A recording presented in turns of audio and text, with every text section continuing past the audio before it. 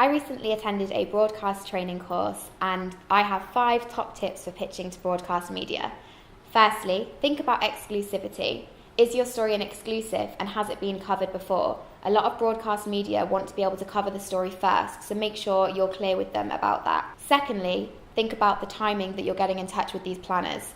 They all have planning meetings at certain times of the day and they have to take their stories with them to these meetings, so ensure you reach out to them ahead of those meeting times. Thirdly, think about building a relationship with the right planners. You want to be on their radar so that they come to you when they need a key spokesperson. And that brings me on to my 4th point. We want to get our key spokespeople saved in journalists' little contact books. That means that when there's a breaking news story and they need a spokesperson who can comment on, for example, AI, they know that they can reach out to our spokesperson because we're saved as a trusted person in their book.